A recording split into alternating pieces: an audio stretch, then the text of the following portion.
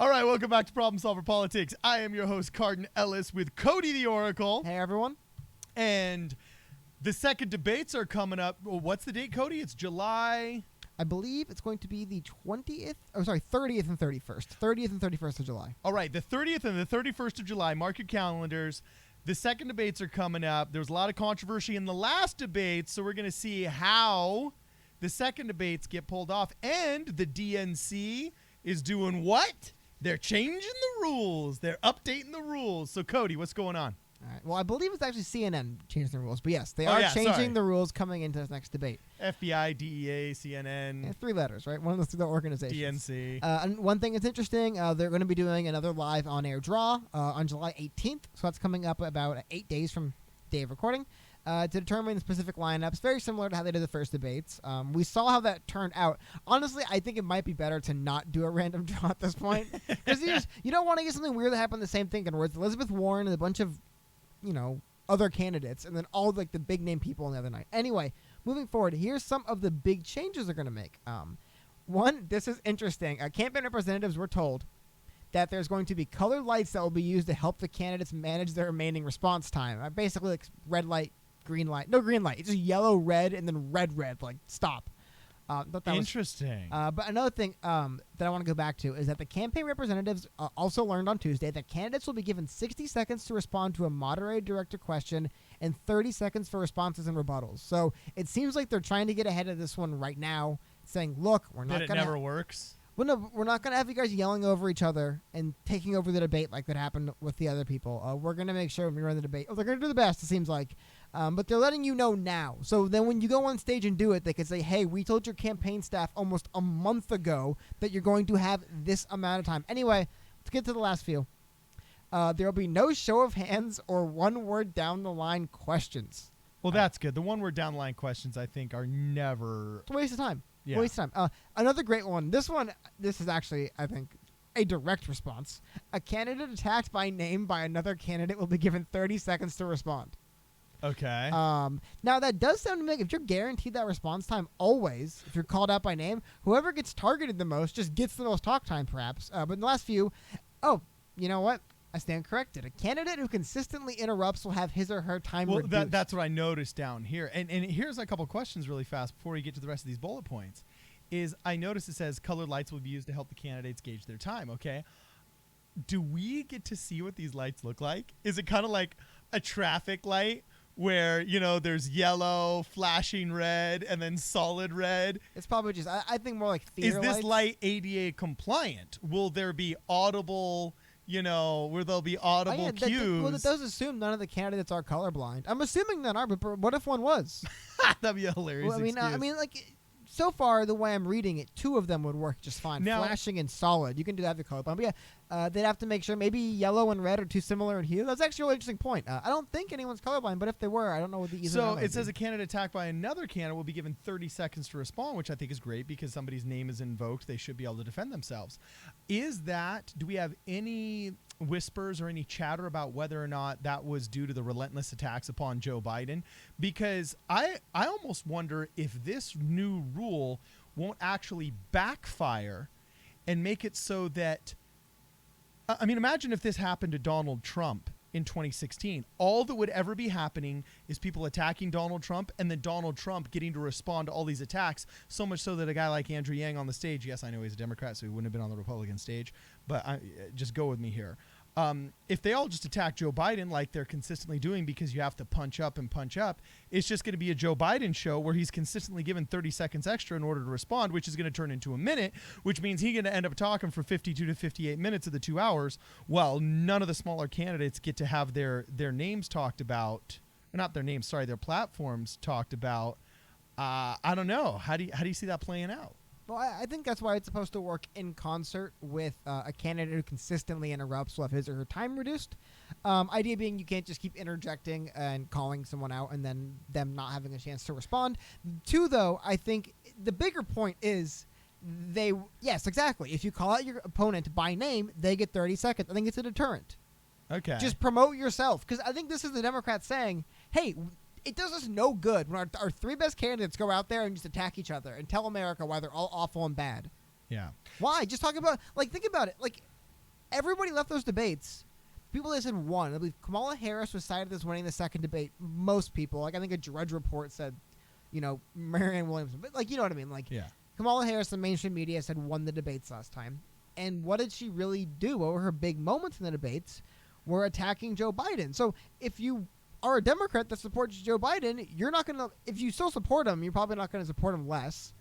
And then people on the fence might not. But what good does that do winning a general election in a year from now? So I think that's the idea is, look, if you want to call someone out by name, you're giving them additional time so they can adequately defend themselves. And if you guys keep interrupting each other, we're taking your time away. Yeah, and they don't want to damage their candidates in the primary as much. Exactly. It doesn't.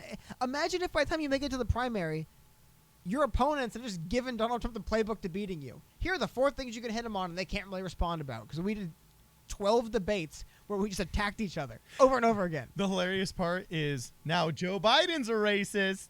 Well, yeah, he's getting it too, but yeah, because everything's racist.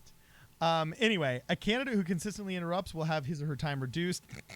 I don't know if that's even possible to enforce. That's gonna be like herding cats. Oh no, it is. Well, all of them talk over. Like they all say, okay, you have 15 seconds to respond, and then the political candidate takes 2 minutes. So what's the point of saying you have 15 seconds to respond? You have 30 seconds to respond. You have 45 seconds to respond. They're just gonna take as much time as they can until you shut off their mics. Yes, one thing I want to go back up and point out, I believe it is mentioned in this article.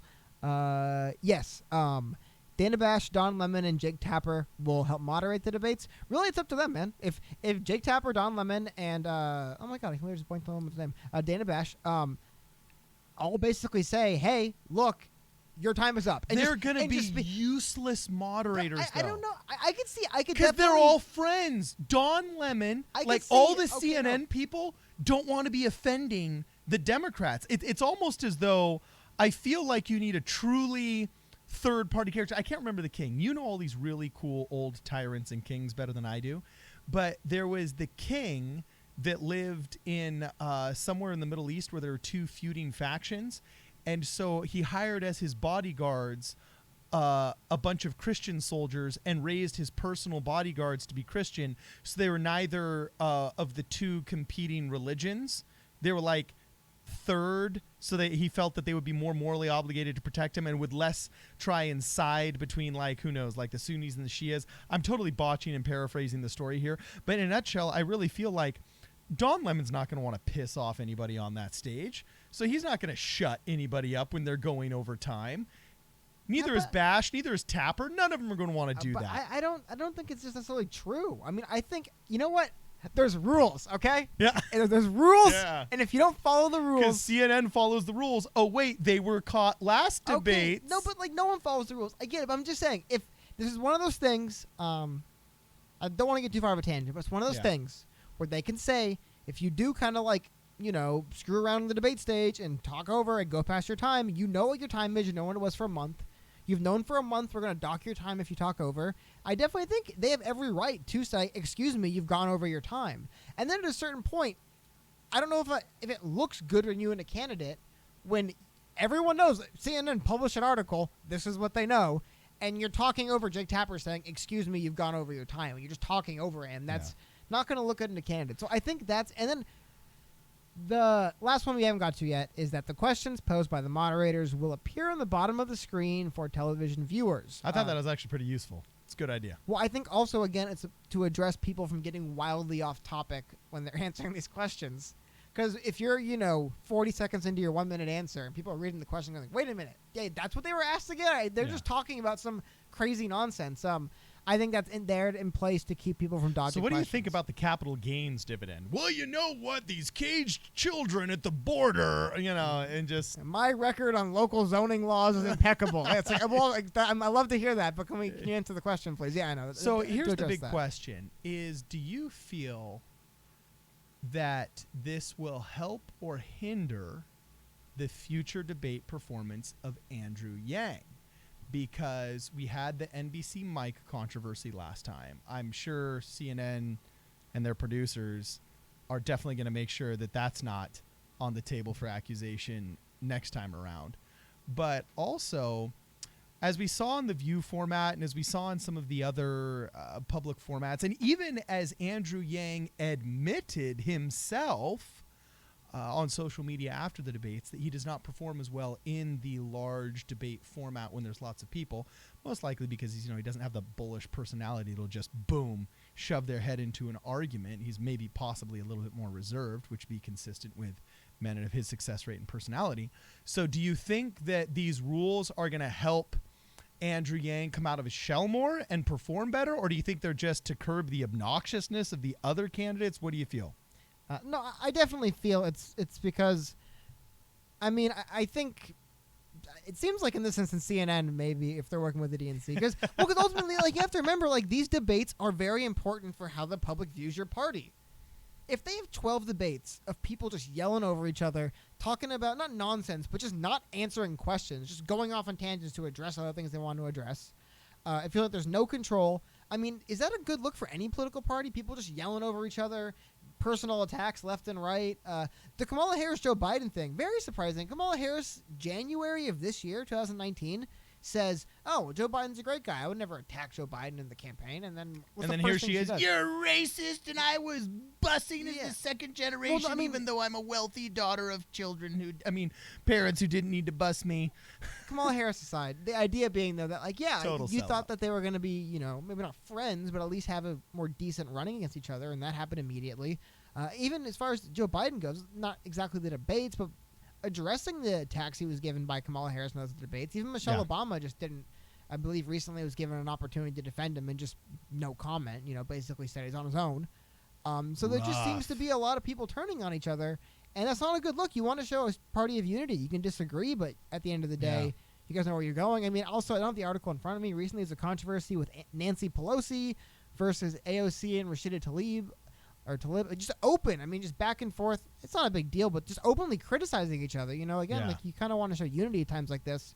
And then also the last thing I want to show, this is from New York Times, but it's a breakdown of who talked about what for how long at the last debates. Data, math, we love it. Yeah, exactly. Back to what they're doing at these debates. I think they want to make sure, again, that we're actually talking about, people are getting a chance to talk at the debates, and they're talking about the issues that the voters actually want to hear more about. For example, you look at this, and I believe, so Joe Biden spoke the longest. He barely spoke. As a whole, no one really talks about the economy. They're on stage for 2 hours. You think if you want to win an election, you'll talk about the economy a little bit because there's literally no American in the country. Look at how much. Not impacted Look by at how much space climate change took up. For some speakers, it's healthcare. the obsessed tenet of their religion. And no, that's not science denial. Just saying. But again, what I'm saying though, while 85% of America is living paycheck to paycheck, these people are spending 60% of the time talking about climate change. Yes, it's important, but I'm sorry, if you can't eat next month because you've run out of savings and you've lost your job, bickering over which scientist says which gas is worse in a 1,000 long period is, I don't know. It's just, I get so frustrated that the pseudoscience of climate change takes precedent over the reality of people's economy in a world where we're doing less than 10% of the damage. None of these Democrats are willing to put on their big boy pants and address China's manufacturing dumpster, that they dip into the ocean every year because they don't want to offend China,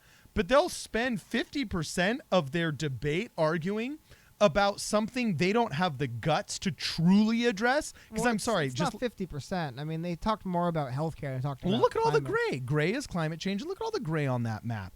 Biden's the only one that spent the least amount of time talking about it. Biden and Harris, all the rest of them. Look at the gray on that. Are you map. colorblind, dude? No, those are different colors. Climate change is like the green color. Gosh, I'm an idiot. Maybe I am colorblind. I think that just refers to things they were talking about that falls outside of. Oh my goodness gracious! You're right. Hold on, I tilt my screen. You're correct. I apologize, Cody. Yeah, and again, that's a redaction. I think the way I look at it more is I think all of this stuff kind of falls upstream from economy. That being, if the economy is doing better, I think there'll be less of a burden on healthcare because you won't have to have so much provided healthcare. If the economy is doing better, people have more money. Yeah. So you address that issue. If you want to get to the issue of climate change, which you were speaking of, To address that, by more money people have, people will. I believe I saw a YouTube video about a company, and it's like what they do is they like. To be honest, I don't know if the video said they were a scam or not. I hope it's not what they're saying, because the idea sounded cool. If you bought these bracelets, they're made out of like recycled plastic from the oceans, and then they would use some of the money to go take. Oh yeah. The surfers started that charity. Exactly. My idea, my point being, though, like, if people have more money to start more businesses and there's more money in the economy, you can get more of these green businesses people are talking about as other ways to create jobs. Like, just start the economy. It impacts everyone. And then we can go through civil rights. You know what? When we aren't talking about healthcare, the economy, and climate change anymore, and we're just doing things about this, then maybe there's more time to speak about civil rights. Maybe there's more time to get down to what's going to work for immigration.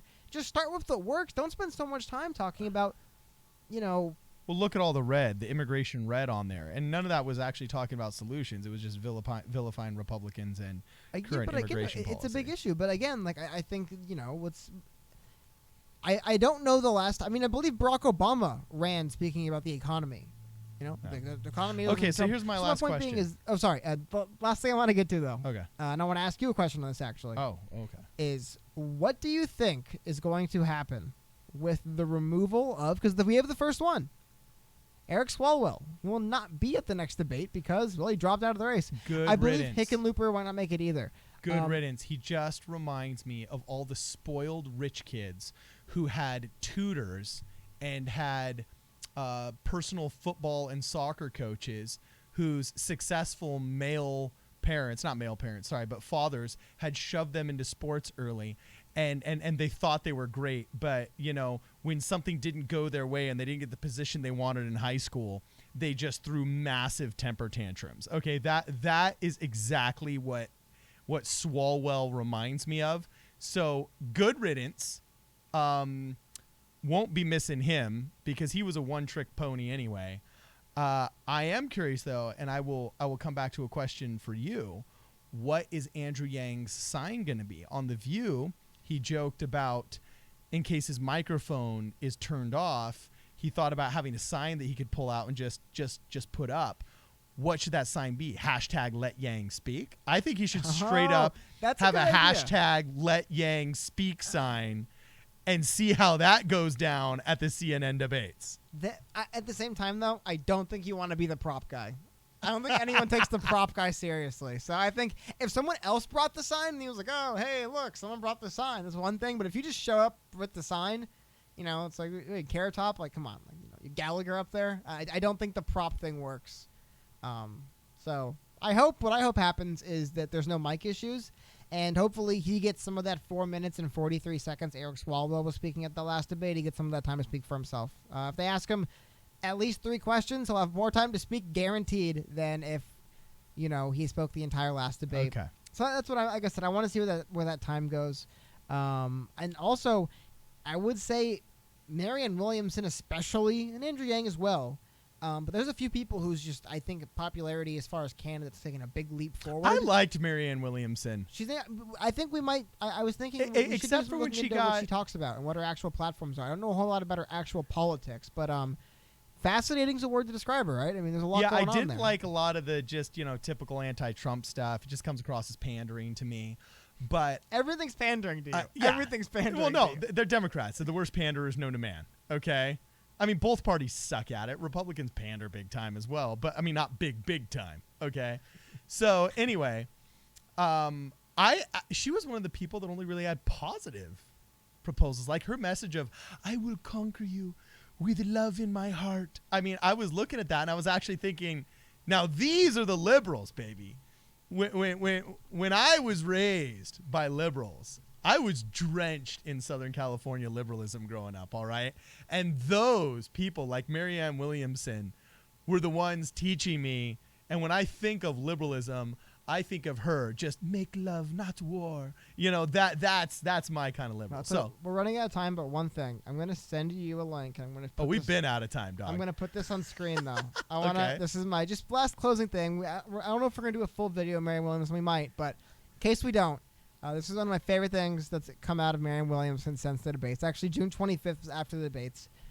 She said, love is the answer and that it is as relevant to public policy as to personal behavior. Boom. Which someone replied and said, love didn't win the battle of Stalingrad, but I get the settlement, right? Dude.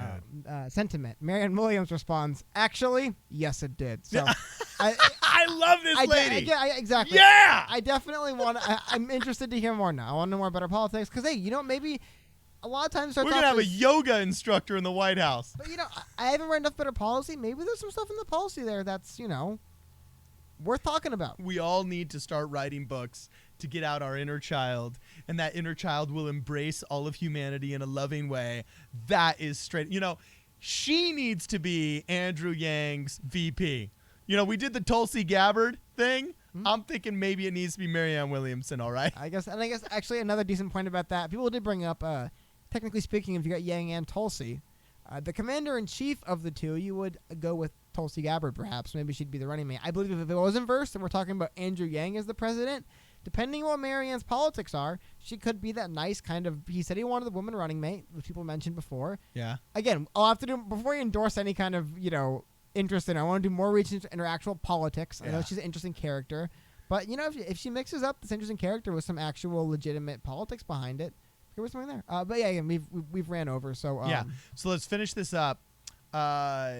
If you guys want to help support us, we got a fresh donate button on the website. Check us out at problemsolverpolitics.com. We're also going to start getting rid of the merch. Some of you guys have expressed interest, or girls, who knows? We actually have to look up the username of the people that have messaged us are looking for some hats, some merch. So we're going to get those out to you guys soon.